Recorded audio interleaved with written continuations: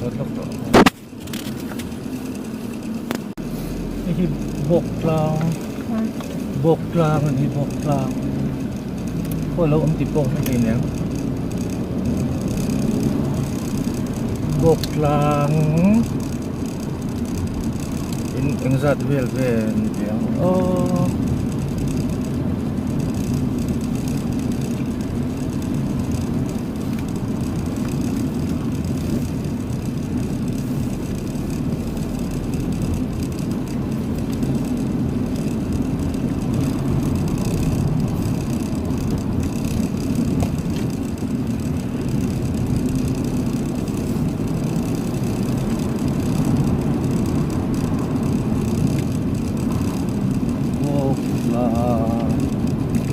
lâu khóc mày mình chưa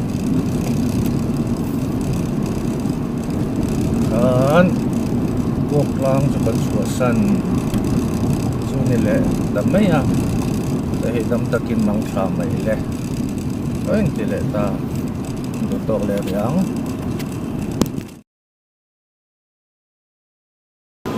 hiện gần suốt cái chiếc art trọ còn hết tầm công khăn lúc còn vàng in hiện gần suốt cái chiếc anh đi mọi vấn đề phải làm mà còn quá là lalu ada kon yan mulceng akan lut sawang mulceng lut veleta dai nom don le me hetai so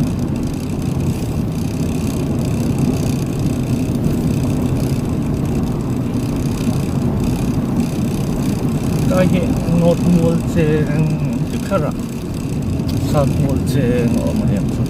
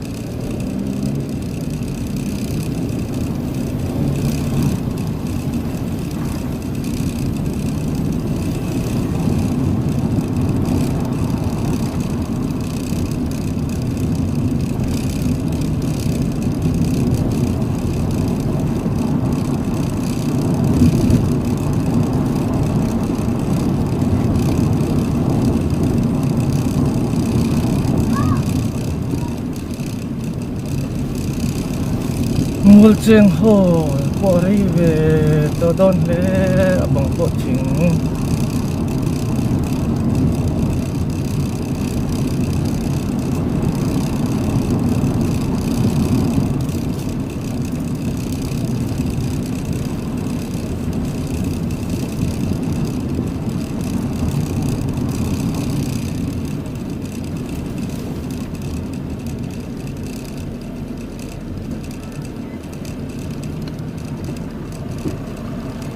trọ komplek untuk jenis apa belakang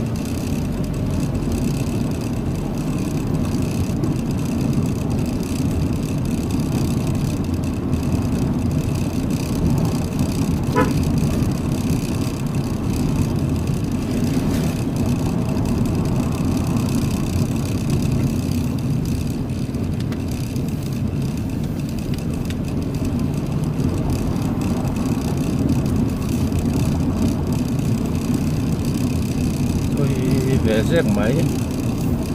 đi về rét máy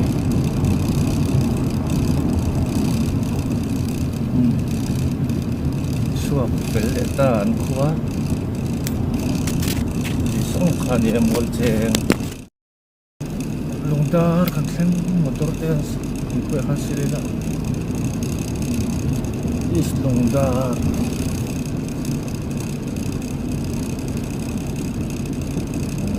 police te la hian an lo về to ni